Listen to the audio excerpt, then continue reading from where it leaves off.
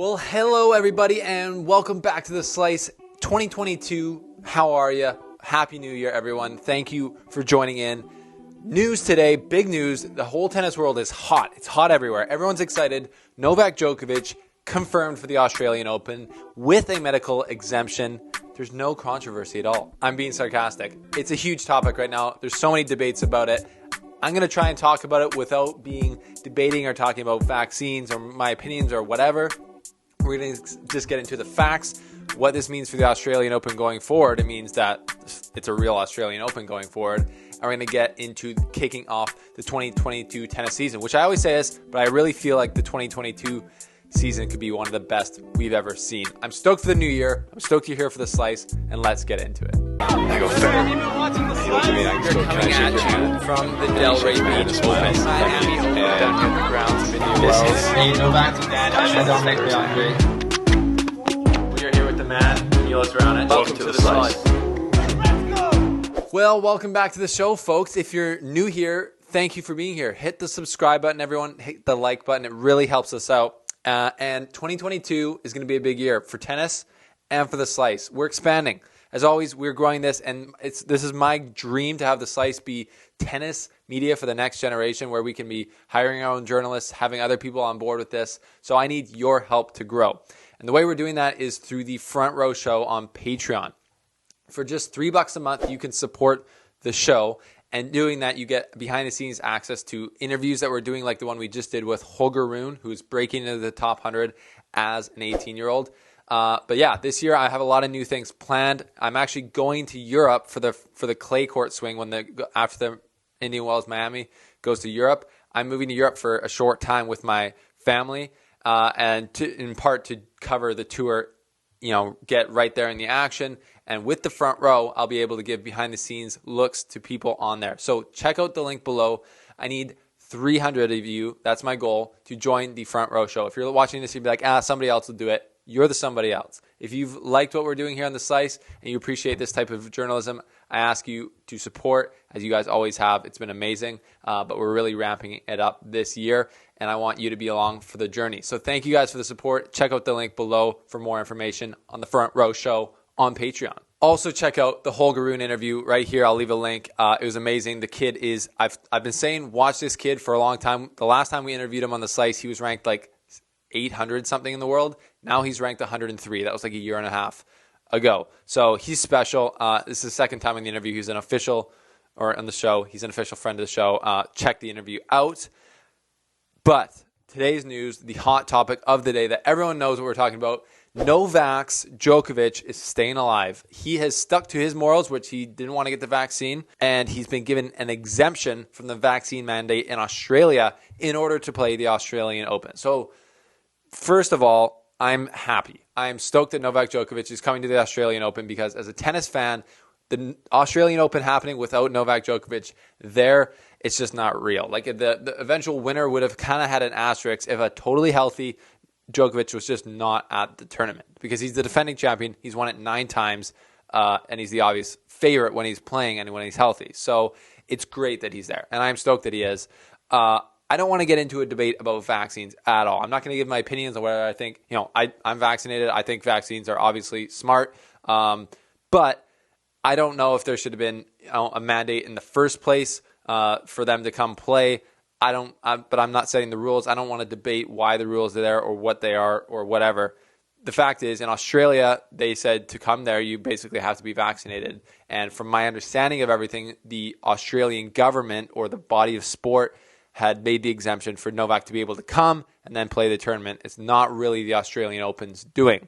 Now, how that exemption got made, what his actual causes were, no one really knows. He just said on his Instagram today, I've gotten an exemption permission is what he said. And then the Australian Open later confirmed that he got a medical exemption. Now, the debate is, people are asking, there's lots of sides to this debate. Some people are happy. They're like, yeah, good, screw vaccines. He's coming. Other people are like, Djokovic is the greatest. He could do anything. We'd love him. Other people are like, he's an absolute idiot for not getting the vaccine in general. Other people are like, it's a slap in the face to the Australians who have gone through so much to go through the governmental controls, all these other things that they've had to do with COVID. Just people haven't been able to see their families. So there's just so much outrage from a million different angles. I'm not going to address every single one. I'm just saying you have to be able to understand it from both sides. If you think Novak didn't do anything wrong, you have to understand the outrage. If you are outraged that he's coming, you kind of got to try and have empathy for why he might not have wanted to take the vaccine in the first place. It's just a really messy subject, and I would much rather be talking about the actual tennis, which we will hear in a second.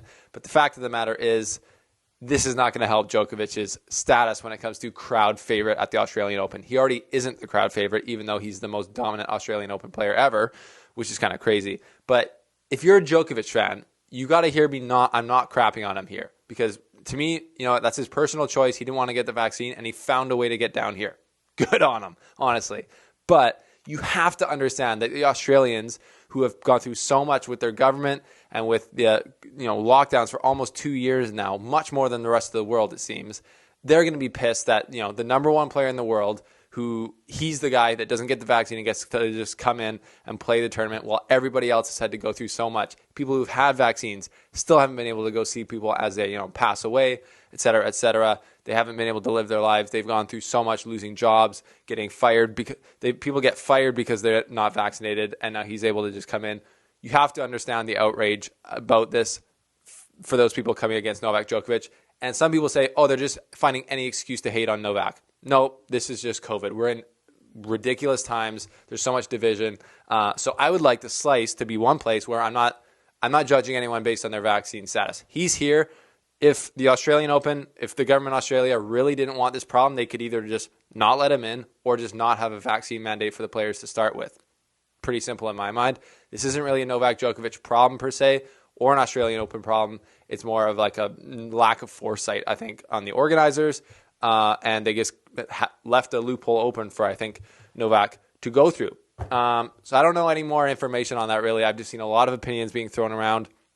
And we'll see what his reception is in Melbourne when the time comes. I want your opinion, though, because the slice is where we all get to talk about tennis, our favorite subject, down below.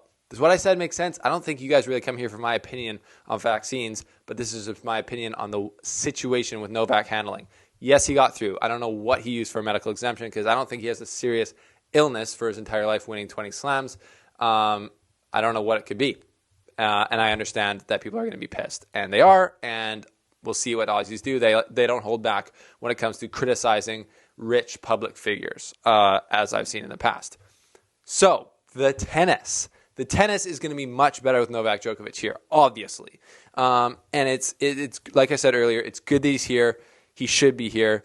Going into the Australian Open, though, it's going to be interesting for many reasons other than the fact that, he's going for number 21. He was going for number 21 and the calendar slam at the U.S. Open. Daniil Medvedev beats him in 3 sets. People like to say they saw that coming, but I was not believing that was going to happen until it did. Now Djokovic is going for number 21 at his most successful slam. But I really think that, and we know for a fact, at the end of 2021, Zverev and Medvedev showed that they can beat Novak Djokovic on a hard court in big matches when Novak is playing pretty good. Djokovic was not playing his best in the U.S. Open final, but that's a lot of part due to Medvedev. But you look at the ATP semifinal when Djokovic was playing Zverev. They both played pretty good. Zverev just came out on top. So those 3 guys, in my opinion, are very tightly connected to be the winner of this Australian Open.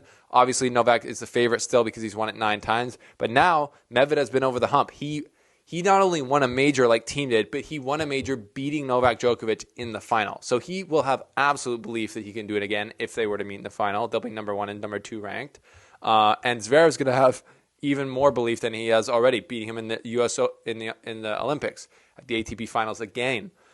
So he's going to he'll be chomping at the bit to get at Novak again. But I just can't wait for this tournament to start going. We have a cup. We have the ATP Cup, which is kind of deflated without any of as much of the star power there right now. Go Canada, by the way. And we have the Adelaide tournaments, 2 of them, and then the 2 Melbourne tournaments, and then the Australian Open. So keep it locked here, folks. Make sure you hit the subscribe button. Make sure you hit the like button, and make sure you join the Front Row Show. If you could spare $3 a month, like less than the price of a coffee these days, to support next generation tennis media, I'd love to have you on board. We need 300 of you. Are you guys going to be it? Hop on the link down below and stay tuned to the slice for my 2022 predictions. I'm going to make my predictions for who's going to win all 4 majors, who's going to be number 1 at the end of the year, who's going to make the most improvement in the ranking, etc. So leave me your predictions for those topics down below, and I'll make that video here in the next week. We will get into what I would say is the most exciting time of the tennis calendar, the Australian Open swing. It's the start of the year. Everyone's feeling good. Wow, a lot of opinions. We'll talk down below. Thanks for being here, guys. We'll see you very soon.